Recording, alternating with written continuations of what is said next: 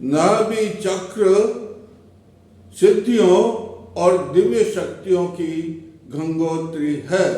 जिस प्रकार गंगोत्री से गंगा निकल करके दिव्य शक्तियों का और शुद्ध जल का संचार सारी भारत भूमि पर करती है और भारत भूमि हरी भरी होती है, उर्वरा होती है धरती, उसी प्रकार ये जो है दिव्य शक्तियाँ इस जो है नाभि चक्र में भरी पड़ी है और यहाँ से दिव्य शक्तियाँ निकल कर के और सिद्धियाँ निकल के जो है साधक को शक्तिमान बना देती है, साधक को हरा भरा बना देती है। देखो, इसको परमाणु का नाभिक भी कहते हैं। नाभि चक्र को परमाणु का नाभिक भी कहते हैं। जैसे अणुबम में जितनी शक्ति होती है उतनी शक्ति नाभि चक्र में होती है। ये जो है सूर्य चक्र भी कहलाता। क्या कहलाता? ये सूर्य चक्र भी कहलाता है और इसके अंदर बहुत बड़ी शक्ति है। देखो, ये जो है ये बहुत अच्छा चक्र है, बड़ा महत्वपूर्ण चक्र है। इसके समान पूरे शरीर में कोई महत्वपूर्ण चक्र नहीं है। जैसे ये सूक्ष्म शरीर का केंद्र आज्ञा चक्र है, वैसे स्थूल शरीर का केंद्र ये नाभि चक्र है और नाभि चक्र से जो शक्ति निकलती है वो सारे शरीर के अवयवों को शक्तिमान करती है, सिद्धियां देती है। इसमें ऐसी शक्ति है जो ब्रह्मांड की शक्ति को ग्रहण करती है। क्या करती है? ब्रह्मांड की शक्ति को ग्रहण करके अपने अंदर समाहित करती है और इसके अंदर जो क्षेत्र हैं, इसके अंदर जो सभ्य अवयव हैं, उन अवयवों में उन शक्तियों का संचार करती है। जैसे ये कौन कौन से अवयव है भाई नाभि क्षेत्र में? पहली बात तो ये नाभि कहाँ है? नाभि है ये जैसे ये इसमें मूलाधार से और स्वादिष्ठान से ऊपर जो है नाभि चक्र कहलाता है और अनाहत चक्र से नीचे स्वादिष्ठान से ऊपर ये जो है नाभि चक्र कहलाता है। नाभि चक्र बहुत बड़ा महत्वपूर्ण। इसके अंदर कौन कौन से अवयव हैं, अंग हैं? जैसे ये जो है तनुपट है, आमाशय है, पक्वाशय है, अग्नाशय है। देखो, ये सब जो है आप अन्न जो खाते हैं उस अन्न से रस निकलता है, उस रस से रक्त बनता है, रक्त से मांस बनता है, मांस से मज्जा बनती है, अस्थि बनती है और उससे जो वीर्य तेजस निकलता है उसका संचार सारे शरीर में समान वायु। इसके अंदर कौन सी वायु है? समान वायु। वो समान वायु सारे संचार में शक्ति का, सिद्धियों का संचार करती है। इतनी इसमें तेजस्विता है, महा दिव्यता है। ये दिव्यों की जड़ी बूटी तो क्या सिद्धियां है।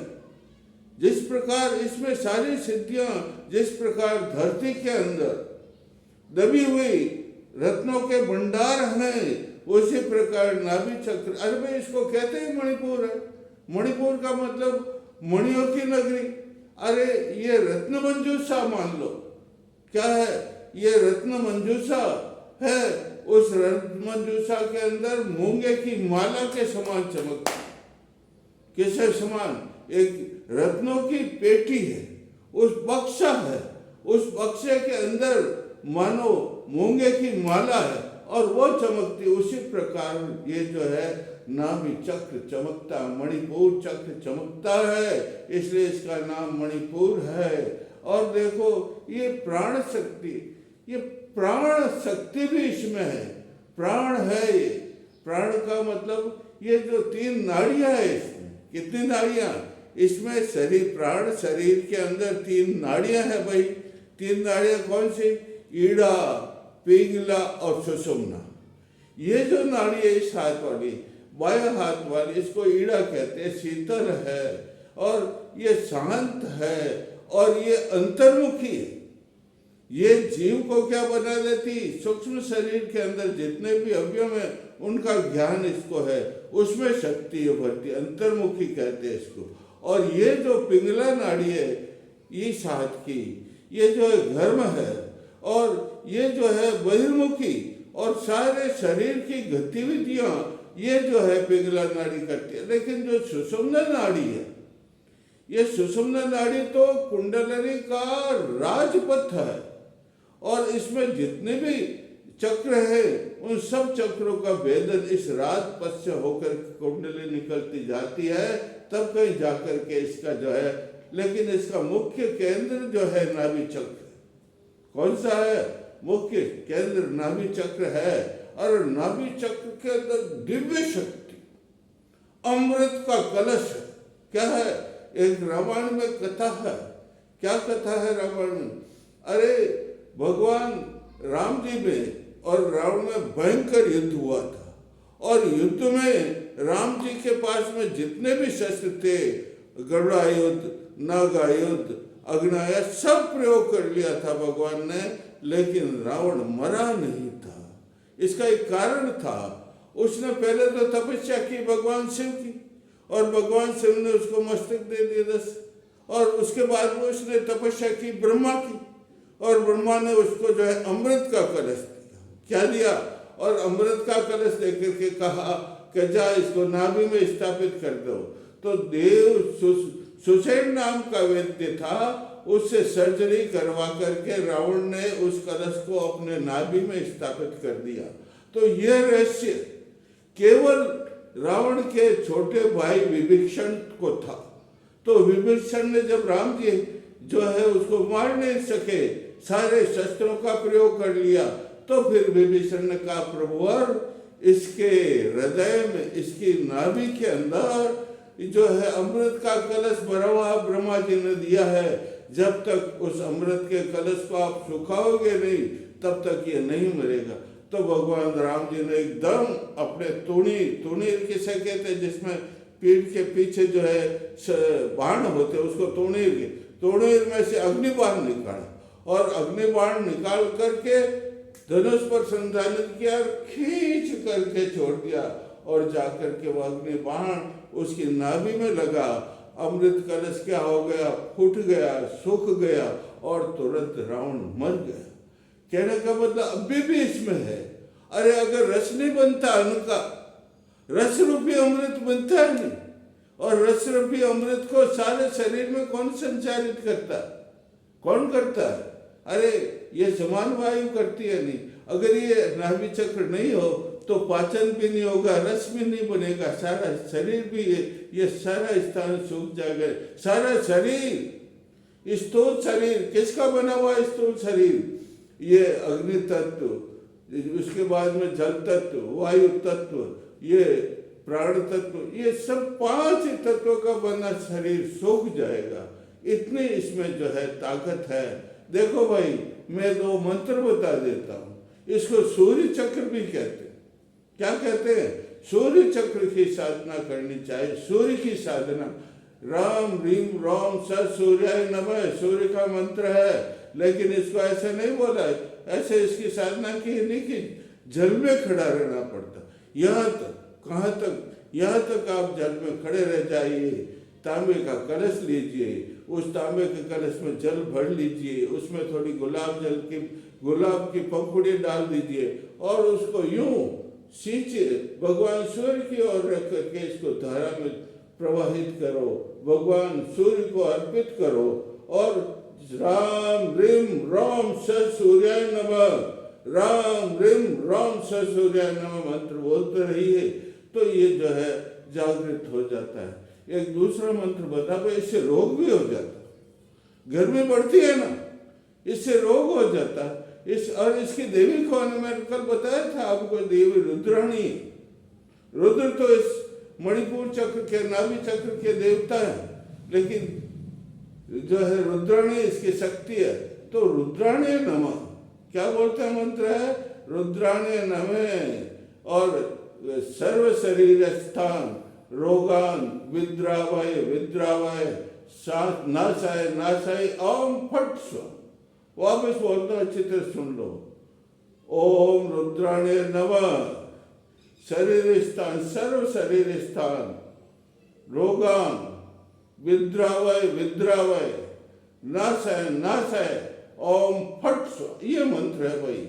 इस मंत्र को आप बोले तो ये सिद्ध, ऐसे नहीं बोला जाए, शुद्ध होकर के आसन बिछा करके, सामने मणिपुर का चित्र लगा करके और पानी कलश के मोड़ी बांध करके, चारों ओर शरीर के चारों ओर पूजा सामग्री के सबके जल छिटक करके, चारों ओर रम रम रम अग्नि बीजी, अग्नि भी तो है, चारों ओर अग्नि का लकीर खींच करके आप मंत्र जपेंगे तो सिद्ध हो जाएगा।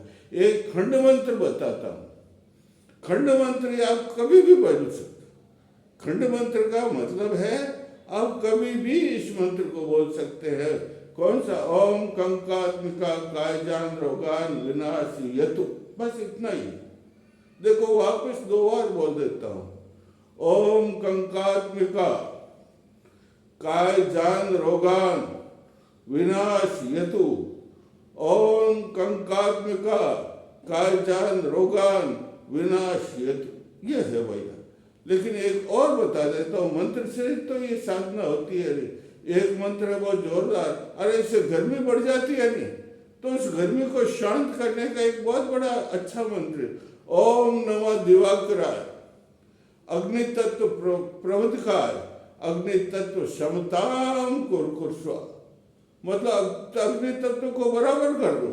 ये साधना करते हैं, सूर्य चक्र है, अग्नि चक्र है, इसकी सब साधना करते हैं तो शरीर में बहुत बड़ी गर्मी पैदा हो जाती है। तो उस गर्मी को समन करने के लिए ये मंत्र आपको बोलना पड़ता है। वापस बता देता हूँ मंत्र को।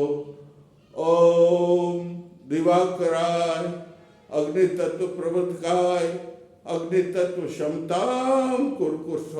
ये मंत्र आप जपो तो अग्नि तत्व संतान हो जाएगा। अब जो एक औषधि बता देता, उस औषधि क्यों सब चीजें मुझे तो बतानी पड़ती है। औषधि है उस गर्मी को। ये जो पेट है, नाभि है, इसके अंदर मल होता है, उस मल को निकालने के लिए गिलोय नाम की एक बूटी है, जिसके बड़े बड़े पत्ते होते हैं, आपने देखा होगा। और ये जो है, इसकी जो है ये तले को इतना सा लाई है, ला करके उसको कूट करके उसको रस निकालो और उस रस के अंदर थोड़ा सा शहद मिला दो और शहद मिला करके उसको आप चाटो। क्या करो, उसको चाटिए 2 दिन और उससे सारा जो मल है वो निकल जाएगा। शोधन इसे कहते, क्या कहते हैं? इससे जो है मणिपुर शोधन कहते हैं, मणिपुर का शोधन हो जाएगा। एक और जड़ी बूटी बता देता हूँ, जिसे राजस्थानी भाषा में आंधी झाड़ा कहते हैं। उस आंधी झाड़े को अपामार कहते हैं हिंदी में। क्या कहते हैं? उस अपामार की जड़ को लाई और ला करके घिस करके और नाभि के अंदर उसका लेपन कीजिए तो इसके अंदर जो मल है ना, अरे जब तक मल नहीं निकलेगा, ये पूरा नाभि चक्र शुद्ध नहीं होगा, तब तक ये जागृत कैसे हो गया? माँ कुंडलियाँ कैसे बताएगी? इसका भेदन कैसे होगा? माँ कुंडली मणिपुर का भेदन करेगी तब ऊपर आगे जाएगी नहीं सुषुम्ना पथ में, नहीं तो आगे पहुंचेगी क्या? नहीं पहुंचेगी। वो इसका भेदन करेगी। भेदन करने से सारा मणिपुर चक्र प्रकाशित हो जाएगा और प्रकाशित होने से सारी साधक जो साधना करता है, माता उसको मणिपुर की सिद्धियाँ, जितनी दिव्य सिद्धियाँ, दिव्य शक्तियाँ, जैसे गंगोत्री का बताया था मैंने, वो सब माँ लाखनी माँ जो है उसको भेंट में दे देती है और जो है वो कुंडली आगे बढ़ती है, 6 चक्रों को पार करके यहाँ जो है सहस्रार्थ में जाकर के शिव से मिलती है और पुनः धीरे धीरे आकर के थोड़ा सा विश्राम करती है नाभि चक्र के अंदर और मूलाधार के अंदर जाकर के विश्राम करती है। एक और अब जो है मैं हठ योग से सारी बातें बता देता हूँ, मैं धीरे रोज बताऊंगा। देखो हठ योग से इसको किस प्रकार जागृत किया जा सकता मणिपुर का। आप सीधे बैठ जाए, सीधे बैठ करके मूल बंद लगाइए। मूल बंद का मतलब गुदा को ऊपर खींच, गुदा को ऊपर जोर से खींचो और गुदा को ऊपर खींच करके दूसरा जो उड़ियान बंद का मतलब नाभि को बिल्कुल रीढ़ की हड्डी के चिपका दीजिए और चिपका करके फिर जो है यो पूरक की, फिर बाद में चिपकाने के बाद में जोर से पूरक कर दीजिए। क्या करें? और फिर जो है उसको छोड़ दीजिए, इससे जो है जागृत हो जाएगा। तो इस प्रकार मैं आपको रोज इस 2-4 दिन तक आपको रोज मणिपुर चक्र के बारे में ज्ञान कराऊंगा।